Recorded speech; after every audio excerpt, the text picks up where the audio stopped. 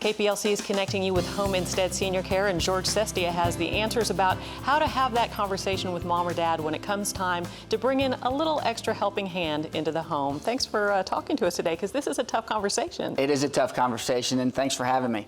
At Home Instead, you know, it's always funny because whenever I do go into someone's home, they're never always really happy to see me, and it sometimes hurts my feelings a little bit. He's a nice guy, I promise. Yeah. It's hard to have help in the house, right? Mm-hmm. We all know that. We've all had times when we needed help, and it's very difficult to accept that. Big change for people. There's no question about it. So it goes both ways, right? For your mom or your dad or your grandparent or whoever we're talking about, the client, there is apprehension there.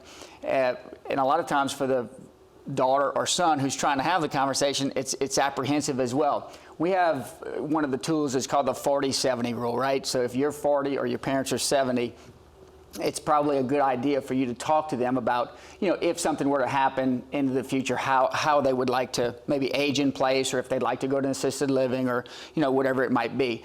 And the 40-70 rule gives you a lot of tools to approach, you know, hey, when's it time to stop driving? Or it is definitely time to stop driving, you know, and things like that. But, you know, when we go into the home, we do try to talk to the family and to everyone, because it is a group effort. And we try to put together a plan of care that works for everyone, right? A lot of times folks will say or be told that they need 24-hour care. And that's always pretty scary, because you have someone underfoot at all times.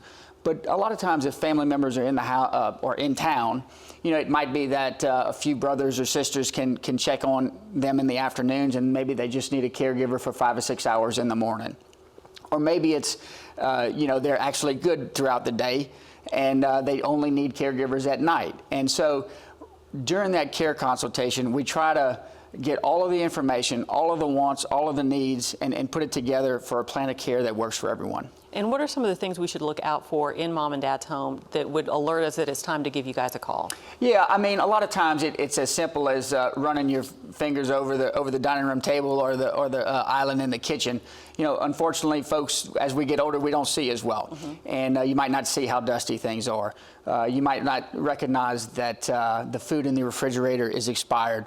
You know, if we're wearing the same clothes day after day without changing because it's so difficult to manipulate buttons with your fingers, those are the things that you would look for. And those are things very simply addressed with having a caregiver in the home. And even things as simple as maybe they're not taking their medication as regularly as they should, and you can help with that too. If you would like to find out more about getting Home Instead Senior Care into your own parents' home, you can give them a call. The number is 337-279-1409.